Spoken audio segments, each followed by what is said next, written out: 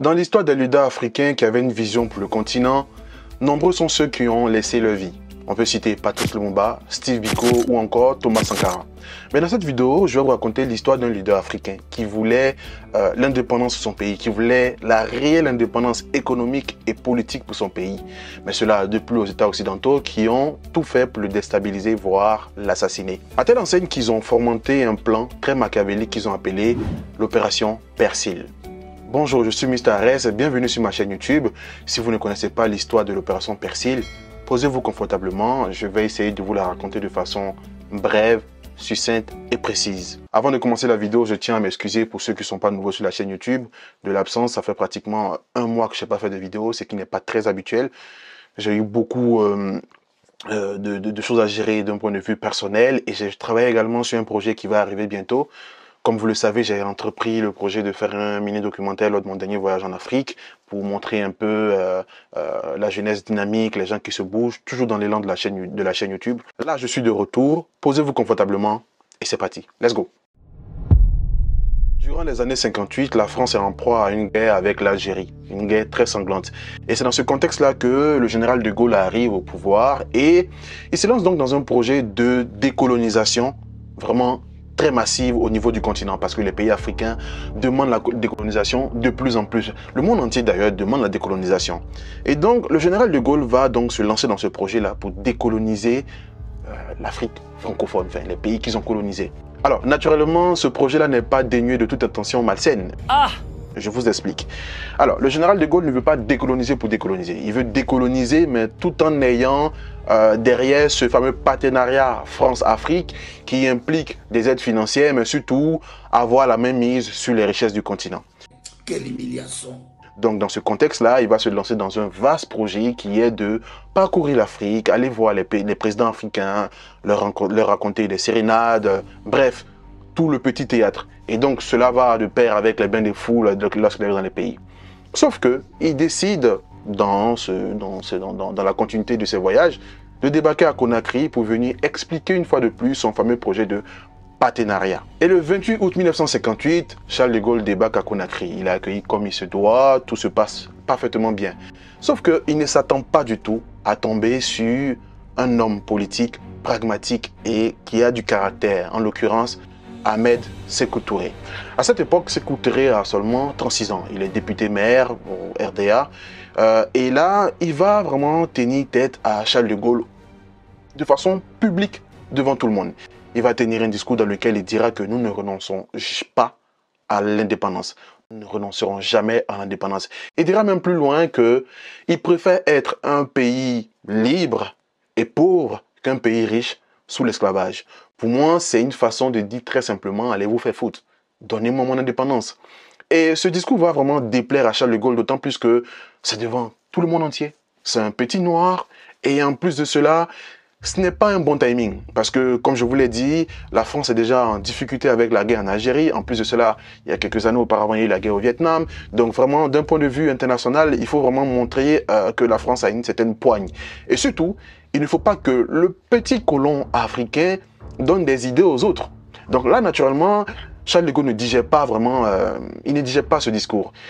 Il va même annuler toutes les rencontres qu'il avait prévues avec Sékou Touré, tous les petits dîners qu'ils avaient prévus, bref, tout est annulé. Il retourne donc en France, mais comme dans de nombreux cas, si vous connaissez un peu l'histoire de l'Afrique, à chaque fois qu'un président a essayé de tenir tête aux pays occidentaux, ce n'est pas la France, hein, c'est tous les pays occidentaux qui ont colonisé le continent, bah, très souvent, il y a eu des problèmes derrière. Thomas Sankara s'est opposé, il a fait un discours, il a dit clairement que je serai assassiné si je ne rembourse pas les dettes. Je ne me rappelle plus le discours, je vais essayer de vous les mettre en illustration. Et 3 mois plus tard, il était assassiné. Donc, dans le cas de Sékou Touré, ça n'a pas vraiment plu à Charles de Gaulle. Donc, Charles de Gaulle retourne en France et là, très clairement, Sékou Touré devient la personne à abattre. Mais dans un premier temps, Sékou Touré veut son indépendance immédiatement. C'est vraiment ça en priorité. Donc, dans la foulée, un référendum sera organisé sur le continent, vraiment pour les pays francophones colonisés par la France. Et dans ce référendum-là, ils devront se décider s'ils veulent rester sous l'emprise de la France jusqu'en 1960, où ils seront indépendants, mais pas réellement, parce qu'ils auront un partenariat, ils auront des aides financières, bref, vous avez compris.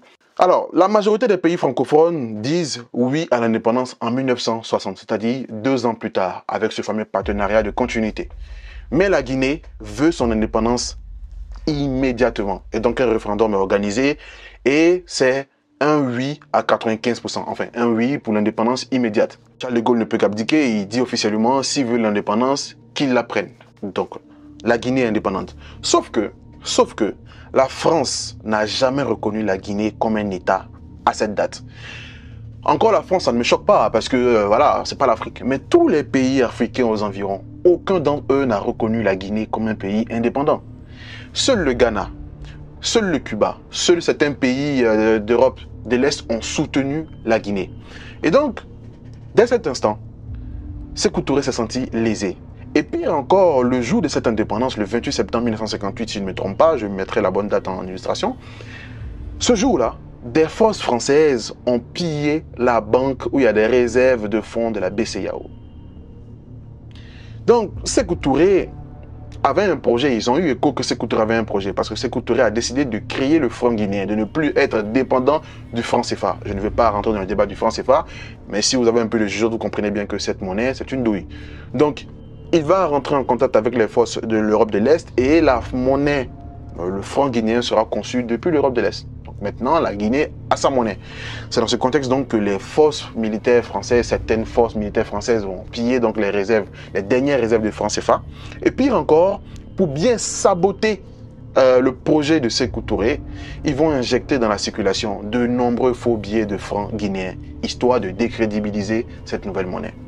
Mais là encore, j'ai envie de dire, c'est soft, c'est très soft. Vu ce qui a été fait auparavant et vu ce qui a été fait dans les années qui ont suivi, on peut se dire que la France a été clémente. Mais non.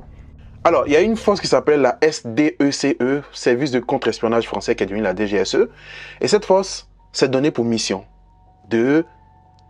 d'assassiner Sékou Touré, dans le meilleur des cas, de l'enlever au pouvoir dans le moyen des cas, et dans le pire des cas, de le déstabiliser, de le décrédibiliser auprès de la population. Donc, ils vont commencer à prendre des opposants au régime de Sékou Touré qui sont en exil, ils vont les armer, ils vont les entraîner, et le plus hallucinant dans tout ça, c'est que la base de leurs opérations n'était pas à Paris, n'était pas à Toulouse, n'était pas à Montpellier, mais c'était à Abidjan et à Dakar. Je ne sais pas quel moyen Sékou Touré s'est rendu compte de cette opération, et très vite, il a dénoncé au monde entier et l'opération n'a pas abouti. Donc Sékou Touré n'a pas été assassiné, il n'a pas été kidnappé, il n'a pas été victime de tentatives militaires parce qu'il a vu très vite ce qui se passait. Mais financièrement, économiquement, la Guinée a été touchée de plein fouet parce que toutes les tentatives, toutes les aides financières, toutes les procédures machiavéliques ont été mises en place pour vraiment affaiblir le franc guinéen au maximum. C'est pour cela que quand vous entendez souvent des gens dire que les pays francophones qui n'ont pas, les pays africains francophones qui n'ont pas le franc CFA, regardez le cas de la Guinée. Alors, le cas de la Guinée, vraiment, si vous voulez prendre le cas de la Guinée comme un exemple, ce n'est pas un bon exemple parce que je ne dis pas que toutes les actions de la France justifient le fait que le franc guinéen soit vraiment faible. Je dis juste que elles ont concouru énormément à affaiblir cette monnaie, à mettre la Guinée dans une situation économique très compliquée pour un pays qui a un sous-sol très riche. Tout n'explique pas le dysfonctionnement du pays, mais Sékou Touré a osé tenir tête à la grande France. Et il a failli y payer de sa vie, comme Thomas Sankara, comme Patrice Lumumba. Bon, Patrice Lumumba, ce n'était pas la France directement, mais comme d'autres pays, d'autres dirigeants africains qui ont osé tenir tête à la France.